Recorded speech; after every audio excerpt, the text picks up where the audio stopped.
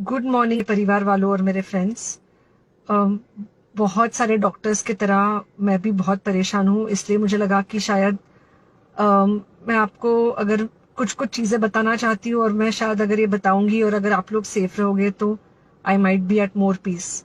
जैसे आपको सबको पता है कि बॉम्बे की हालत तो बहुत ख़राब है और धीरे धीरे बहुत सारे शहरों की और बहुत सारे स्टेट्स इवन टाउन्स की हालत ख़राब होते जा रही है।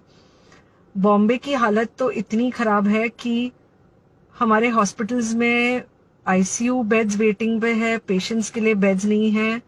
It's a very very helpless, यानी मुझे इतना हेल्पलेस और लाचार कभी फील नहीं हुआ है। We have to literally manage patients at home with oxygen, and this is not something we are enjoying. So I really want all of you to follow a few things that I really am requesting you to follow. First, आप लोग please safe रहो। अगर आपको लग रहा है कि आपको 1 साल से कोरोना नहीं हुआ है इसलिए आप कोई सुपर हीरो हो या आपकी इम्यूनिटी बहुत अच्छी है और आपको ऐसे कुछ नहीं होगा, तो आप गलत फहमी में हो। हम यंग लोगों को देख रहे हैं। I mean we have a 35-year-old who's on the ventilator and we are not able to help people now. So we do not want, we really don't want any of you to be in that situation. So sorry, I think ये जो emotional breakdown है हम doctors में अब सबको कोई ना कोई समय हो रहा है, because we not been so helpless. Okay, so most importantly please take care of your self right now. Covid is everywhere around you. Okay, तो अगर आप घर से बाहर निकलो, may be your meeting your friends, may be your meeting your family, it does not matter, you have to be masked.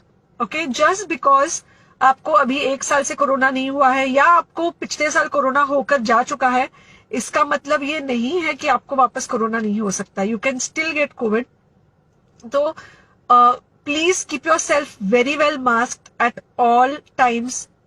अगर आप घर से बाहर निकल रहे हो तो घर के बाहर निकलो, मास्क होना चाहिए। मास्क सिर्फ इधर नहीं, मास्क पूरा नाक से पूरा यहां तक होना चाहिए। दूसरी बात, अगर आपको कुछ होता है, अगर आपको बुखार आता है या कुछ होता है, पैनिक मत होइए। Do not get unneeded investigations done. Get in touch with me obviously immediately. And most importantly, आपके जो फ्रेंड्स है या कोई भी है उनको बोलो पैनिक में होकर एडमिट ना हुए हॉस्पिटल में। फिलहाल जो सिचुएशन है वो ऐसी है कि बहुत सारे हॉस्पिटल्स में स्टेबल पेशेंट्स एडमिट हो रहे हैं और बहुत सारे लोग जिनको एक्चुअली ऑक्सीजन की जरूरत है उनके लिए हमारे पास बेड नहीं है। इनफैक्ट हम लोग घर में लोगों को ऑक्सीजन देके मैनेज करने की कोशिश कर रहे हैं, और ये हमने पहले कभी नहीं किया है कि हम इतने सारे लोगों के लिए बेड्स ढूंढ रहे हैं, इतने सारे लोगों को घर में मैनेज करने की कोशिश कर रहे हैं। So please leave beds for people who actually need it, who have pneumonia, who need oxygen, and who will need to be under very close medical care. Third thing, if you have not taken the vaccine, अगर आपने vaccine नहीं ली है किसी भी कारण से, हो सकता है आप ट्रैवल कर रहे हो सकता है आपको वैक्सीन की हिचक हो सकता है आपने कुछ व्हाट्सएप पे फॉरवर्ड पढ़ा हो कि वैक्सीन की वजह से कुछ साइड इफेक्ट्स हो रहे हैं या कुछ हो रहा है। It's untrue. Please take your vaccine.